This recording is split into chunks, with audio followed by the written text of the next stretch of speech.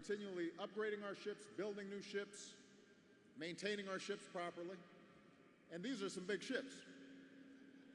So it's expensive and it's complicated. And you've got 5,000 suppliers all across the country.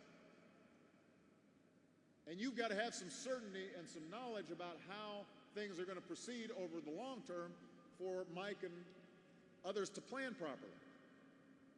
So you're rightly concerned, Mike is properly concerned about the impact that these cuts will have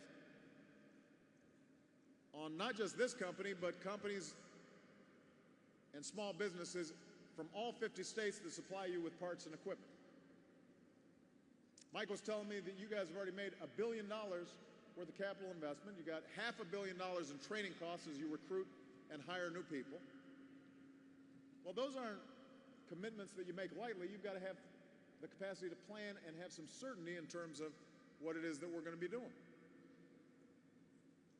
And you know that if Congress can't get together and plan our nation's finances for the long term, that over time some of your jobs and businesses could be at risk.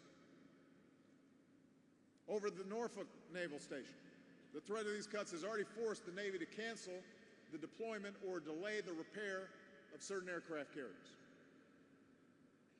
One that's currently being built might not get finished.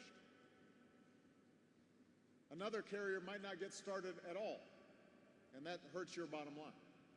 That hurts this community.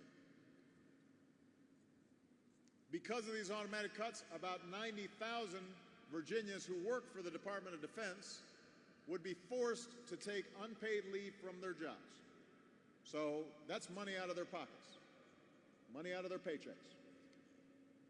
And then that means there's going to be a ripple effect on thousands of other jobs and businesses and services throughout the Commonwealth.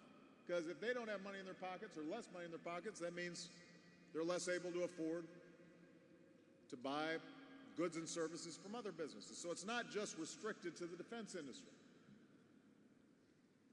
All told, the sequester could cost tens of thousands of jobs right here in Virginia. But it doesn't just stop there. If the sequester goes into effect, more than 2,000 college students would lose their financial aid. Early education, like Head Start and Early Start, would be eliminated for nearly 1,000 children, and around 18,000 fewer Virginians would get the skills and training they need to find a job. Across the country, these cuts will force federal prosecutors to close cases and potentially let criminals go.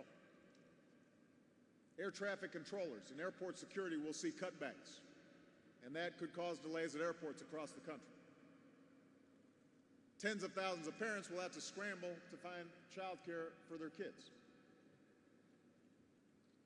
Hundreds of thousands of Americans will lose access to primary care and preventive care like flu vaccinations and cancer screenings, including more than 3,500 children right here in Virginia.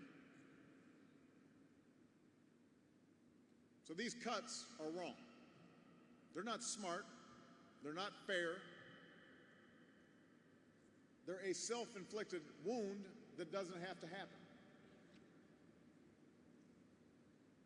Now, the reason that we're even thinking about this sequester is because people are rightly concerned about the deficit and the debt. But there's a sensible way of doing things, and there's a dumb way of doing things. I mean, think about your own family, right? Let's say that suddenly you've got a little less money coming in.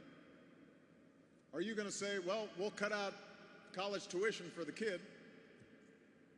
We'll stop feeding the little guy over here. We won't pay our car note, even though that means we can't get to work. That's not what you do, right? You step back and you say, what is it that's important? Our child's education, making sure they're healthy, making sure we can get to the job, keeping our house, repaired. And then you say, here are the things that aren't so important. And you cut those out. You prioritize. And you make smart decisions. Well, we should be doing the same thing.